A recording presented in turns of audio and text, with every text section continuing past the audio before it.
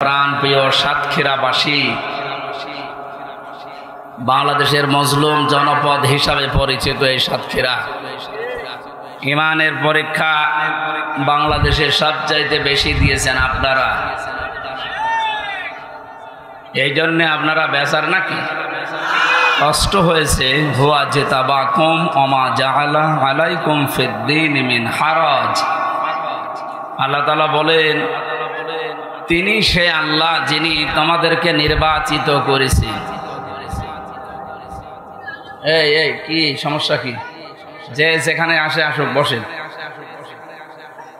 এই আপনি আমার ছাড়া জোরে কথা বলবেন। এই ক্যামেরাওয়ালাদের এত করে বলা হয় আরো নিচেও করে দেবে, পেছনে মানুষের ডিস্টার্ব, এরা কথা শোনে না।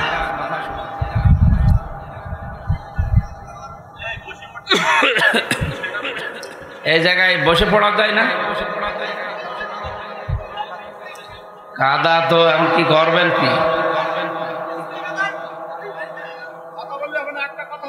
হ্যাঁ, কথা বলেন না, এমনি দাঁড়িয়ে থাকেন, বসে থাকেন, আমি কি করবো? কায়দা ভেজা জায়গা, কথা বলবেন না। কথা বললে তো আমি কথা হারিয়ে যাব।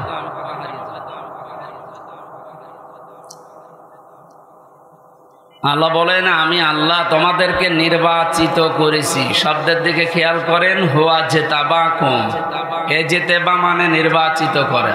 এ জিতেবা মানে কি? এতদিন যারা ছিল এরা কি নির্বাচিত? কোরআনের আয়াত অনুযায়ী এরা অবৈধ। আল্লাহ বলেন আমি নির্বাচিত করি। নির্বাচিত করা, নির্বাচনের মাধ্যমে পদ্ধতি আল্লাহর। বহু মানুষ নবীর উম্মত হওয়ার জন্য চেষ্টা চালিয়েছে, আল্লাহর কাছে দোয়া পর্যন্ত করেছে। হযরতে মুসা নবীর মতো, ঈসা নবীর মতো এত বড় পাওয়ারফুল নবীরা আল্লাহ দোয়া কবুল করেন না। মুসা নবীর মতো নবীর, যাকে কালিমুল্লাহ বলতে, তার দোয়া কবুল হয়নি, কারণ তিনি নির্বাচিত হতে পারেননি এই নবীর উম্মত হওয়ার জন্য। আল্লাহ আমাদেরকে শোনালেন, হুয়া জিতাবাকুম, তিনি তোমাদেরকে নির্বাচিত করেছেন। কি করলেন এটা করে? ওমা জাআলা আলাইকুম ফিদ্দীন মিন হারাজ, এবং তোমাদেরকে আল্লাহ রাব্বুল আলামিন দ্বীনের উপরে চলার জন্য যত বাধা ছিল সব বাধা নিজের থেকে দূর করে দিয়েছে। এই দেশে দ্বীন মানা, দ্বীনের কথা শোনা বলা কত কঠিন ছিল বলেন তো। এই বাধাগুলো শুধুমাত্র ছাত্র আন্দোলন করার মাধ্যমে দূর হয়েছে তা না। আল্লাহ নিজে, আমার মনে হয় আবাবিল ফেরেশতার মতো, পাখির মতো এই ছাত্রদেরকে ব্যবহার করিয়ে এই যে বিশাল বোঝা, বিশাল জগদ্দল পাথর আল্লাহ নিজে ছড়িয়ে দিয়েছে। কারণ এখানে ফাইল কর্তা সরাসরি আল্লাহ। তিনিই তোমাদেরকে নির্বাচিত করেছেন তার দ্বীনের জন্যে। এই 18.5 কোটি 19 কোটি মানুষ এখন আমরা এই দেশে বাস করি, সবাই কি তার দ্বীনের জন্য, ইসলামের জন্য নির্বাচিত হয়েছে? না, সবাইকে আল্লাহ এখনো পর্যন্ত কবুল করেনি। যাদেরকে করেছেন সৌভাগ্য তাদের। বাকি যাদের করে নাই, আল্লাহ যেন খুব তাড়াতাড়ি দ্বীনের ভেতরে তাদেরকে পরিপূর্ণ প্রবেশ করান। কারণ আমরা তো মানে চেপে রেখে কথা বলতে পারি না। কয়েকদিন আগে একটা বক্তব্য দিয়েছিলাম যে কাফেরকে কাফের বলা লাগবে। কেউ যদি কাফেরকে কাফের মনে না করে তাহলে সেও কাফের। আল্লাহ যদি কাফের বলে কাউকে, তার আয়াত অস্বীকার করা নেই, তার অস্তিত্ব অস্বীকার করার কারণে এই ওয়াজ যদি আমার মুখ দিয়ে বের হয়, এ দোষ কি আমার না আল্লাহর? আমার। আমি তো অ্যাডভার্টাইজ করলাম, কথা তো দিয়েছেন কে বলেন তো? অথচ অনেক শয়তান এই কথাটা নিয়ে পেছনে লেগেছে। বিশ্বে এখন কাফের বেশি, আর উনি কাফেরদের বিরুদ্ধে কথা বলল। তাহলে আপনি আল্লাহকে জিজ্ঞাসা করেন তো, ঈমান নষ্ট হয়ে যাওয়ার, ভেঙে যাওয়ার যে কারণগুলো আছে 10টা, তার ভেতরে 9 নাম্বার কারণ এইটা। কেউ যদি কোনো অমুসলিমকে অমুসলিম মনে না করে, মনে করে এও আমাদের মতো, তাহলে আপনারও ঈমান থাকবে না। এটাকে আমি বানালাম। অজু করেছেন, অজু ভেঙে গেছে। কয় কারণে অজু ভাঙে বলেন তো? 7 কারণে। কয় কারণে? একটা কারণ আপনার ভেতর থেকে এসেছে, এই যে রক্ত গড়িয়েছিল, এই জায়গায় জমা ছিল, গড়িয়ে পড়ে গেছে। যতক্ষণ জমা থাকে অজু ভাঙে না, যদি গড়িয়ে পড়ে যায় অজু ভেঙে যায়। এটা জানেন তো? এই যে নামাজ পড়ি আমরা, কিছুক্ষণ আগে নামাজ পড়ে আসলাম, নামাজও ভেঙে যায় 19টা কারণে। কয়টা কারণে? এর যে কোনো একটা কারণ যদি আপনার ভেতরে পাওয়া যায়, আপনার ওই নামাজ আর নামাজ থাকবে না নষ্ট হয়ে যাবে। এইগুলো যেমন সহজে বোঝেন, ইমানও যে ভেঙে যায়, নষ্ট হয়ে যায়, এটা বোঝেন না কেন? আল্লাহর কোনো বিধানকে কেউ যদি অস্বীকার করে তার তো ইমান ভেঙে যাবে। কেউ যদি অপছন্দ করে, যালিকা বিআন্নাহুম কারিহু মা আনজালাল্লাহু ফাআহবাতা আমালাহুম, সূরা মুহাম্মদের 9 নম্বর আয়াত। আল্লাহ বলেন, আমি যেগুলো কোরআনে নাজিল করেছি এগুলো অস্বীকার করা না। কেউ যদি শুধু মন খারাপ করে, এত পারা যায়, সঙ্গে সঙ্গে ইমান নষ্ট হয়ে যাবে। আর ওর যা ভালো কাজ ছিল পেছনে, দান সাদকা নামাজ রোজা যাই করেছিল, ওগুলো সব আল্লাহ নষ্ট করে দেবে। এই জন্য কাফেরকে কাফের বলা লাগবে, এটা আমার ইমানের দাবি। আমি না তো ইমানই থাকবে না। এই কথা বলতে গেলে যদি এখন রাম বাম আর এই জালেমদের দোসররা উল্টা করে ওই কাফেরদেরকে বোঝা যে এই দেখো এ তোমাদের দেখতে পারে না, এর নামে মামলা দাও, একটা কথা হইল। মামলার আসামি তো 1 নম্বর হওয়া দরকার আল্লাহ। ওই ফতোয়া দিয়েছে তো আল্লাহ, আর ওটা অ্যাডভার্টাইজ করেছে প্রথমে নবীজি, তাহলে 2 নম্বর আসামি। ওনাদের কোনো আসামির তালিকায় নেই, যত নাম সব আমাদের। আমরা চেপে রেখে আমি আপনার মতন জালেম হব? এই জন্যই তো চেপে রাখা যায় না। যে পয়েন্ট আকার যে কথাগুলো বললাম, আপনি একটা কথাও খণ্ডন করেন তো? আল্লাহ বলেন, আমি নির্বাচিত করি নির্বাচনের মাধ্যমে লক্ষ কোটি কোটি উম্মতের ভেতরে তোমাদেরকে আমি আল্লাহ নির্বাচিত করেছি। এই শব্দের ব্যাখ্যা যদি মনে হয় যে না, এই নির্বাচন নির্বাচিত এই শব্দগুলো বাংলায় মনে আছে কোরআনে, আপনি সূরা হজের 78 নম্বর আয়াতে যান। ওটা আরবিতে বললে আপনি বোঝেন না বলে যে বাংলা বললাম। এই শব্দকে যারা আজ গোপন করার জন্যে রাতের নির্বাচন দিনে করে ফেলেছে, নাকি উল্টে গেছে? দিনের নির্বাচন রাত্রে করেছে। আপনি তো নির্বাচিত না, এই জন্যই তো আপনাকে মানুষ দেখতে পারে না। এই কারণেই এই যে অন্তর্বর্তীকালীন সরকারের প্রধান যিনি ডক্টর মোহাম্মদ ইউনূস, দায়িত্ব নেওয়ার পরে যে কয়েকদিনের ভেতরে আপনাকে এশিয়ার থেকে নামিয়েছে। তো তোর দরকার নেই, কারণ তুই নির্বাচিত না, তুই তো রাতে। সবগুলো এমনকি একেবারে আসল জায়গা থেকে মেম্বার পর্যন্ত এখন আর নেই, সব শেষ না, কারণ এরা নির্বাচিত না। আর এই কারণেই এই 17 বছরে সাতক্ষীরার ময়দানে কোরআনের কথাগুলো আলেমদেরকে মুখ খুলে বলতে দেয়নি। এই সাতক্ষীরায় বহুবার এসেছি কিন্তু উঠতে দেয়নি। আজকে আসেন তো, এই যে পাশে কোন থানা যেন, শ্যামনগর, শ্যামনগর না, ওখানে গাবোরা নামে এক ইউনিয়ন আছে, গাবোরা, ওই জায়গায় এসেছিলাম। লেলিন, হ্যাঁ, আল্লাহর ওলি আমার এই কথা বলতে দেয়নি। এখন শুনলাম পালিয়েছে। আপনি আজকে আসেন, আজকে আসেন, এই যে এই জায়গায় আসেন, বলেন যে কথা বলতে দেব না, দেখেন আপনার খেলা হবে। ডক্টর মোহাম্মদ ইউনূস ঘোষণা দিয়েছে গত পরশুদিন, বাংলাদেশের ভূখণ্ডে কোরআনের কথা, আল্লাহর কথা বলতে কোনো ফেরেশতার পারমিশন নেওয়া লাগবে না। কিসের পারমিশন? কোরআনে কারিম পারমিশন দেবে যে আপনি কথা বলতে পারেন কিনা। যদি কোরআন বলে যে না, আপনার কথা বলার যোগ্যতা নেই, আপনি কথা বলবেন না, চুপ করে থাকবেন, সেই আয়াতে আজকে পড়েছি সূরা বাকারার 124 নম্বর আয়াত। কথা কারা বলবে, সামনে কারা থাকবে, এই কথাগুলো আল্লাহ আমাদের কাছে জানাবে। আপনি জেনে তারপরে বাড়ি যাবেন।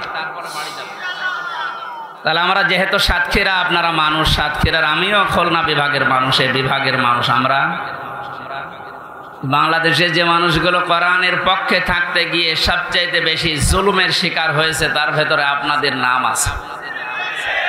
ইত্তাকি দাওয়াতাল মাজলুম ফাইন্নাহা লাইসা বাইনাহু ওয়া বাইনাল্লাহি হিজাব।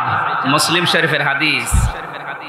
আল্লাহর নবী বলেন, তোমরা বেঁচে থাকবা, ভয় করবা, সতর্ক থাকবা মজলুমের বরদোয়া থেকে, কারণ মজলুমের বরদোয়া আর আল্লাহর ভেতরে কোনো পর্দা থাকে না। এই জালেমের বিদায়ের জন্য আমার মনে হয় মজলুমের বরদোয়া সবচেয়ে বেশি কার্যকারী ভূমিকা পালন করেছে।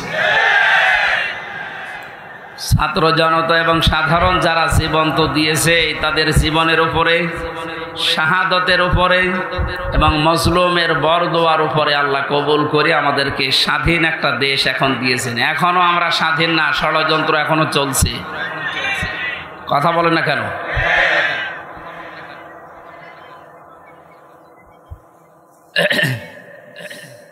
আল্লাহ রাব্বুল আলামিন এই আয়াতের ঘোষণা দিয়েছেন, তিনিই তোমাদেরকে নির্বাচিত করেছেন তার দ্বীনের জন্যে। আর দ্বীনের উপরে চলতে গিয়ে, দ্বীনের কথা বলতে গিয়ে যে বাধা বিপত্তিগুলো আসবে, আল্লাহ নিজে ওইগুলো তার পক্ষ থেকে দূর করে দিয়েছেন। মিল্লাতা বিকুম ইব্রাহিমা হুয়া সাম্মাকুমুল মুসলিমিন। তোমাদের জাতির পিতা হযরত ইব্রাহিম আলাইহিস সালাম। কোরআনের আয়াতকে বাদ দিয়ে জোর করে যারা জাতির পিতা দাঁড় করিয়েছিলেন, একটা আওয়াজ দাঁড়িয়ে নেই, সব মিশে গেছে। এমনকি এক্সপ্রেসওয়ের নাম পর্যন্ত জনগণ এখন পাল্টিয়ে দিয়েছে জাতির পিতা ইব্রাহিম আলাইহিস সালাম এক্সপ্রেসওয়ে। খাবার পাশ দিয়ে একটা রোড গেছে, ইব্রাহিম খলিলুল্লাহ রোড। বাংলাদেশের বহু ব্রিজের নাম, বহু সেতুর নাম, বহু রোডের নাম এখন আমাদের যিনি আসল জাতির পিতা তার নামে নামকরণ অলরেডি হয়ে গেছে।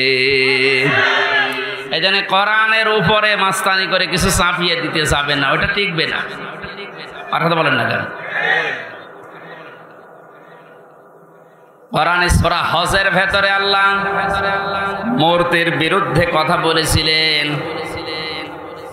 মিথ্যা কথা থেকে বেঁচে থাকবা আর মূর্তি পূজা থেকে বেঁচে থাকবা। অথচ সেইটা জাতির উপরে মুশরিকদের কথা মতো অনেকেই চাপিয়ে দিয়ে মনে করেছিল অমর হয়ে যাবে। আমার তো এখন মনে হচ্ছে যত টাকা খরচ হয়েছিল এই ভুয়া জাতির পিতার জন্য, সব টাকাগুলো এখন পানিতে ফেলেছে। এগুলো যদি মানুষের জন্য খরচ করতেন, এই মানুষগুলোই এই লোকটার জন্য হয়তো দোয়া করলে আল্লাহ কবুল করলেও করতো। যা করলেন দোয়া করার মতো রাস্তা আর তো রাখলেন না, সব নষ্ট করে দিলেন। আমাদের যে নাম মুসলিম, আজ অনেকেই স্লোগান দিচ্ছে তুমি কে আমি কে, বাঙালি বাঙালি, এটা বলা যায় নেই। আমাদের পরিচয় বাঙালি না, আমাদের পরিচয় মুসলিম। কথা বলেন না কেন? আর দেশ হিসাবে যেহেতু বাস করি এই দেশে, এই জন্য আমরা বাংলাদেশি। এই শব্দটাকে আমি বানালাম। কোরআনে কারিমে আল্লাহ যে আয়াতের মাঝের অংশে জানিয়েছেন হুয়া সাম্মাকুমুল মুসলিমিন, এই যে হুয়া এর ফাইল বা কর্তা হযরত ইব্রাহিম নবী। আমাদের যিনি জাতির পিতা তিনি আমাদের নাম দিয়েছেন যে তোমরা মুসলিম জাতি হিসাবে, তোমাদের নাম আমি মুসলমান, এটা রাখলাম। বলেন সুবহানাল্লাহ। এখান থেকে একটা মাসলা বের হয়। এদিকে তাকান, এদিকে তাকান, এদিকে তাকান। যেখানে সেখানে মাহফিল নিয়ে তো ঝামেলাগুলো হয় এই কারণে, এরা জায়গাগুলো আসলে ঠিক মতো হয় না, আলোচনাটাই উঠিয়ে যায়। আরে ভাই, ওয়াজি যদি শুনতে না পারেন তো চেঁচামেচি করে লাভ আছে? অন্তত কানে তো শুনতে পারছে। আবার কথা বলেন, এমনি গ্রাম্য মাইক নিয়েছে। কথা বন্ধ করেন, কথা বন্ধ করেন, কথা বন্ধ করেন, কথা বন্ধ করেন। নাকি ওদের এখনো কথা বলা লাগবে? নেন, আপনাদের 30 সেকেন্ড সময় দিলাম, কথা বলেন, এরপরে আমি শুনি। বলেন।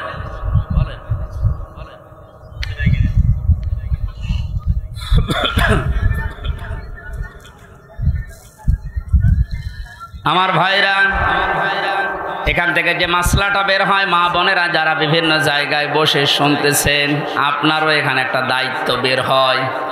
মার বাবা হিসাবে দায়িত্ব হচ্ছে, সন্তান হওয়ার পরে মা বাবার প্রথম দায়িত্ব হচ্ছে তার একটা অর্থবোধক ইসলামী সুন্দর নাম রাখা। যেহেতু আমাদের পিতা হযরত ইব্রাহিম নবী, তিনি জাতির পিতা হিসাবে জাতির নাম রেখে দিলেন মুসলিম বা মুসলমান। আমরাও যারা সন্তানের মা বাবা হব, আমাদের প্রথম দায়িত্বই হবে একটা অর্থবোধক নাম রাখা।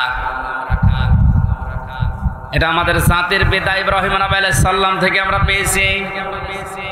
মাজলুমের দোয়া থেকে বেঁচে থাকার জন্য নবীজি আহ্বান জানিয়েছেন। এদেশের সবচাইতে বড় মাজলুম যারা ছিল তারা আলেমেরা।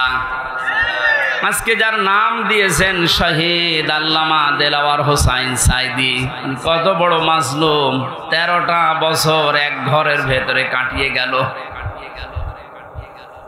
দোয়া করতেন মাঝে মাঝে, রব্বুল আলামিন আমাকে সাধারণভাবে মরণ দিও না, আল্লাহুম্মা ইন্নী আসআলুকা শাহাদাতান ফি সাবিলিক। তুমি যদি মরণ দিও, আমাকে শাহাদতের মরণ দিও। আল্লাহ কবুলও করেছে, সাধারণভাবে মারা যায়নি, ওনাকে মারা হয়েছে। অন্যায়ভাবে যাকে মারা হয়, ইসলামের দৃষ্টিতে তাকে শহীদ বলা হয়। কথা বলো না কেন? আবু সাইদকে যে অন্যায়ভাবে মারা হয়েছে, এরপরও যারা শহীদ বলতে রাজি ছিলেন না, এখন চাপে পড়ে তারা শহীদ বলছে। রফিক নামে এক হুজুর নাকি কয়েকদিন আগে ভিডিও ছেড়েছিল যে আবু সাইদ শহীদ না, ওরে জোর করে বুক পিতে দিয়েছে। তাই গতকালকে নাকি ক্ষমা চেয়েছে যে আমার ভুল হয়ে গেছে। সুতরাং ভুল যখন স্বীকার করেছেন, এখন আর উল্টাপাল্টা কথা বলবেন না, কারণ এখন আর জালেমরা এদেশে নেই। জালেম সব পালিয়েছে, আর যারা আছে সব গর্তের ভেতরে আছে। আল্লামা বলেছিলেন না, ইন্দুরের গর্ত পাবা না, তার দোয়া কবুল হয়ে গেছে। ইন্দুরের গর্ত আর পারছে না। আজকেও দেখলাম একজনকে জোতার মালা পরিয়ে জালেমের জুলুমের প্রতিশোধ নিচ্ছে জনগণ। এই 17-18 দিন হয়ে গেল, এরপরও যদি আপনার জোতার মালা এখনো না সরে, তো এ দেশে জালেমদের আর জায়গা হবে বলে আমার বিশ্বাস হয় না। সুতরাং জালেম যারা, ওনারা হয় বিধান নেই না মরে যান। বহু মানুষের ক্ষতি করেছে। রব্বিলা তাজারনি আলাল আরদি মিনাল কাফিরিনা দাজ্জারা। নূহ আলাইহিস সালাম বলেছিলেন, আল্লাহ কাফেরদের একটা আন্ডা বাচ্চা পর্যন্ত জমিনে না থাকে, কারণ ওর পক্ষ থেকে যেটা জন্মাবে ওইটাও হারামি হবে।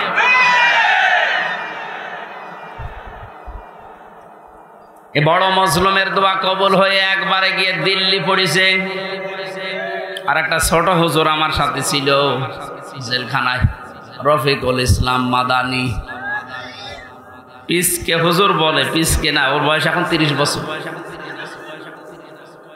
ও আমারে বলছিল, আমাকে যখন রিমান্ডে নিয়েছে প্রশাসন নিয়ে, হাতির ঝিলের রাত 12:30টার দিকে 1টার দিকে নিয়ে আমারে পুরা উলঙ্গ করে হাতে সিগারেট লাগিয়ে একটা অর্ধ উলঙ্গ মেয়ে মানুষ আমার পাশে দাঁড় করিয়ে ছবি তুলেছে। ছেড়ে দেবো যে তুই এই চরিত্রের। বলছে হুজুর, ওই সময় আমি চোখের পানি ফেলে কেঁদেছিলাম।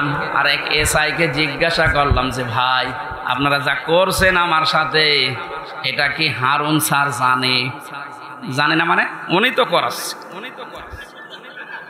যেহেতু উনি মজলুম, এই জন্য ছোট হুজুর দোয়া করেছে, আল্লাহ আমাকে যেভাবে সব উলঙ্গ করে ওরা দেখেছে, জাতিকেও দেখাবে বলে ওরা জানিয়ে গেল যে জাতিরে দেখাবো, তুমি অন্তত আর যাই করো হারুনকে ছেড়েও না। আল্লাহ এই জন্য ছাড়ে নাই। ওরে দুনিয়ায় আল্লাহ দেখায়নি, রাস্তায় বের হতে পারে না, বের হলে বলে 3 ইঞ্চি। শয়তানি করবি আর তোর ইজ্জত শেষ করে দিয়েছে। যেইগুলোই মুসলমানদের ইসলামের আলেমদের সাথে বিয়াদবি করেছে প্রত্যেকের চরিত্র এখন ফাঁস হয়ে যাচ্ছে। বাংলাদেশে বহু জেলাতে এই মাইক এভাবে কেড়ে নিয়েছে এই জনগণ নামে, এই জালেমগুলো জনগণের নাম নিয়ে প্রতিনিধি হয়েছে, অথচ আল্লাহর কথা বলতে বলতে হঠাৎ করে মাইক কেড়ে নিয়ে আলেমকে গালি দেয়। এমন অপমান আল্লাহ এখন করছে, মুখ দেখানো দায় হয়ে গেছে তাদের। আমার মনে হয় হারুনের যে অবস্থা এখন, যে কয়েন্সি বলেন ও ছোট হুজুরকে যা করেছিল তার চাইতে ডবল অপমান আল্লাহ করেনি। কারণ নবীজির হাদিস ছিল মাজলুমের বরদোয়া আর আল্লাহর ভেতরে কোনো পর্দা নেই, সরাসরি কবুল হয়ে যায়। ও যদি সাতক্ষীরার এই ময়দানে, আমার বাড়ি তো কিশোরগঞ্জে, সাতক্ষীরা জেলায় যদি এখন আসে, আর ওর চেহারা তো পরিচিত, ও কারো লাগবে না, ছেলে মেয়েরা যারা আছে পিটিয়ে মেরে ফেলবে। এটা এই ছোট হুজুরের বরদোয়া। বড়টার বরদোয়া কবুল হয়েছে, ছোটটারও কবুল হয়েছে। বড়টার বরদোয়া কবুল হয়ে দিল্লি পড়েছে, ছোটটার বরদোয়া কবুল হয়ে কয়েক ইঞ্চি বেরিয়ে গেছে। এখন এই মেজো যারা আমরা আছি, আমাদের দোয়া কবুল হবে না? যা করেছেন আমাদের সাথে আল্লাহ যেন ঠিক ওই রকম করে। তখন আপনি টের পাবেন কত অসহায় করে রেখেছিলেন মাটির নিচে। আমারে দুনিয়ায় কি আছে কিচ্ছু জানতাম না।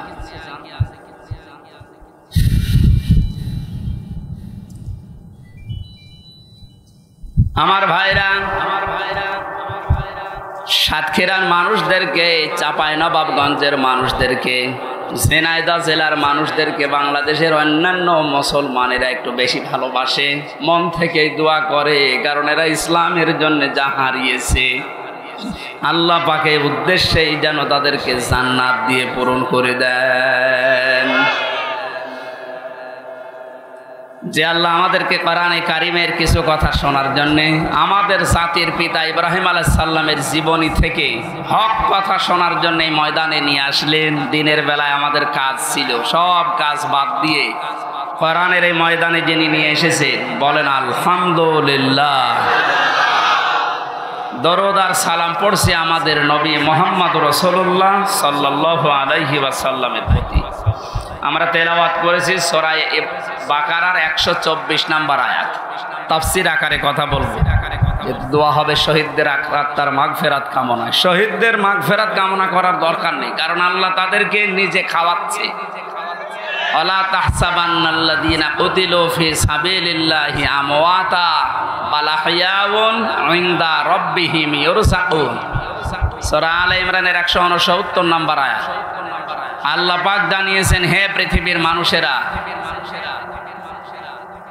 আমি আল্লাহ যাদেরকে শাহাদতের মর্যাদা দিয়েছি এদেরকে মৃত ভাববা না, বলবা না তো বলবাই না। ওয়ালা তাকুলু লিমা ইউকতালু ফি সাবিলিল্লাহি আমওয়াত। এই আয়াত দ্বারা আল্লাহ মুখের উপরে নোটিশ দিয়েছেন, শহীদদেরকে মরে গেছে কথা বলবা না। আর এই সূরা আলে ইমরান দিয়ে আল্লাহ জানিয়েছেন যে মনে মনে ধারণাও করবা না যে শহীদরা মারা গেছে, কারণ জীবন পর্যন্ত যে লোকটা জালেমের সামনে দিয়ে দিতে পারে, একে মারা গেছে মনে মনে বলাও গুনার কাজ। এই জন্য আল্লাহ ওয়ালা তাহসাবান্নাল্লাযীনা দিয়েছেন, মনে মনে ধারণাও করবা না। খুব দামি শব্দ এটা, যার তার নামের আগে শহীদ লাগিয়ে দিলেই হবে। সুতরাং এই মানুষগুলোকে আমরা ধারণা যেন না করি যে ওরা এমনি এমনি মারা গেছে। ওরা তো জীবিত, ওরা আমাদের চাইতে উত্তম খাবার আল্লাহর জান্নাতের ভেতরে খাচ্ছে। বাল আহইয়াউন ইনদা রাব্বিহিম ইরযাকুন। আল্লাহ বলেন ওরা জীবিত এবং আমি আল্লাহ নিজে ওদেরকে খাওয়াই। সুবহানাল্লাহ। আর যারে তারে আমি বদ থেকে ধরে এনে শাহাদাতের মর্যাদা দিয়ে দেব, বিষয়টা এমন না। আলিয়ালামাল্লাহুল্লাযীনা আমানু ওয়া ইয়াত্তাখিযা মিনকুম শুহাদা আল্লাহু লা ইউহিব্বুজ জালিমিন।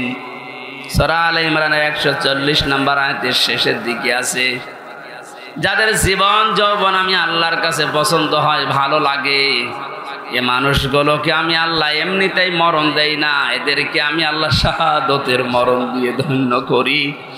আর জালেমদেরকে আমি আল্লাহ ভালোবাসি না। জোরে বলেন নাউজুবিল্লাহ। জালেমদেরকে শোধরানোর সময় এখনো আছে, যদিও জালেমদের আল্লাহ হেদায়েত বঞ্চিত করে দেয়। আল্লাহু লা ইয়াহদিল কওমাজ জালিমিন। জালেমদেরকে আমি আল্লাহ পথ দেখাই না, হেদায়েত দেই না। কে বলছে? সেজন্য ওদের জন্য দোয়া করে লাভ নেই। যারা জুলুম করেছিলেন আপনার জন্য দোয়া করেও লাভ হবে না, কারণ আপনার জন্য দোয়া করলে আল্লাহ কবুল করবে না। আপনি জীবনটা নষ্ট করে ফেললেন, দুনিয়াও শেষ আপনার, আর আখেরাতে আপনি আল্লাহর মামলার আসামি। এই সাতক্ষীরায় যারা জুলুম করেছেন প্রকাশ্যে গোপনে, সে যে বিভাগেই হোক, প্রশাসনে হোক, বিচার ব্যবস্থায় হোক, আর এই জনপ্রতিনিধির নাম নিয়ে, বিভিন্ন হাইব্রিড নেতা নাম নিয়ে যাই করেছেন, আপনাকে আল্লাহ মাফ করবে না। আল্লাহ মাফ করবে না। আপনার বলার দরকার কি? হ্যাঁ, আমার বলার দরকার আছে। কোরআনে কারীম আমাকে বলতে বলছে, ইন্নামাস সাবিলু আলাল্লাযিনা ইয়াজলিমুনান নাস। সূরা শূরা 25 নম্বর পারা 6 নম্বর পৃষ্ঠা 13 নম্বর লাইনের 42 নম্বর আয়াতের প্রথম অংশে আছে। আল্লাহ বলেন, হে নবী আপনি বলেন যে জালেমদের বিরুদ্ধে আমি আল্লাহ মামলা দেব। কে? সুতরাং এই দেশে যারা জালেম ছিল এরা আমার হামজার মামলার আসামি না, আমি তো মামলা করবই। এরা মামলার আসামি হচ্ছে সরাসরি আল্লাহ।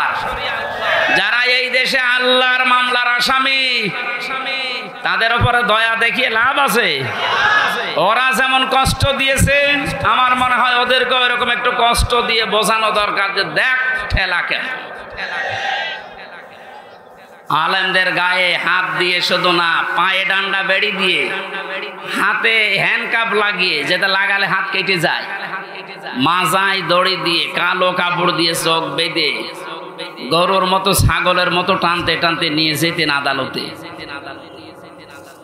কত বড় মুরব্বী আলেম আমি দেখেছি জেলখানায়। মাওলানা রফিকুল ইসলাম খান, অধ্যাপক মিয়া গোলাম পরওয়ার এই খুলনা, এইরকম মানের মানুষ, ডাক্তার শফিকুর রহমান, মাওলানা মামুনুল হক, কত বয়স বলেন তো? 50-52 বছর বয়স, কারো 60-65 বছর বয়স। এইরকম মানুষদেরকে, যাদের জোতা টানার যোগ্যতা আপনার নেই, আর আপনি তার মাথায় দড়ি বেঁধে ডান্ডা বেড়ি দিয়ে টানতে টানতে নিয়ে যেতেন ছাগলের মতো। এখন যেমন নিয়ে যাচ্ছে, ডিম মারছে মানুষ, এখন তো টের পাচ্ছেন যে কেমন লাগে।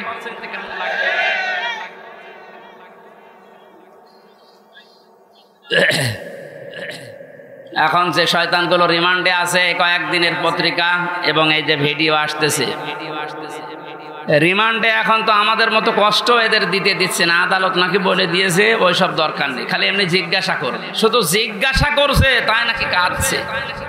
আর কিছু শয়তান আছে, কিছু কথা বলেন শুধু হাসতেছে, মানে পাগলের ভয় ধরেছে। রিমান্ডে আমাদের যেভাবে এই হাতের নখ বলছে যে এইগুলো দিয়ে আমরা নখ তুলি, আমার মনে হয় ওদেরকে যদি নখ নাও তোলেন, শুধু দেখা যে এইটাই করি, ও এমনি মরে যাবে। আমার ওই কাছের ঘরের ভেতরে মাটির নিচে যখন ওই যন্ত্রপাতিগুলো বের করে বলছিল যে এই দেখেন এইগুলো দিয়ে আমরা নখ তুলি, বলেন তো সব ওরা আর আমি একা, পৃথিবীর কেউ জানে না, সব থেকে বিচ্ছিন্ন। কেমন লাগে ওই সময়? আর আপনাদের তো তাও আদালত বলেছে না কিছু বলবেন না, শুধু জিজ্ঞাসা করবেন। জিজ্ঞাসা করলে আপনি কাঁদতেছেন।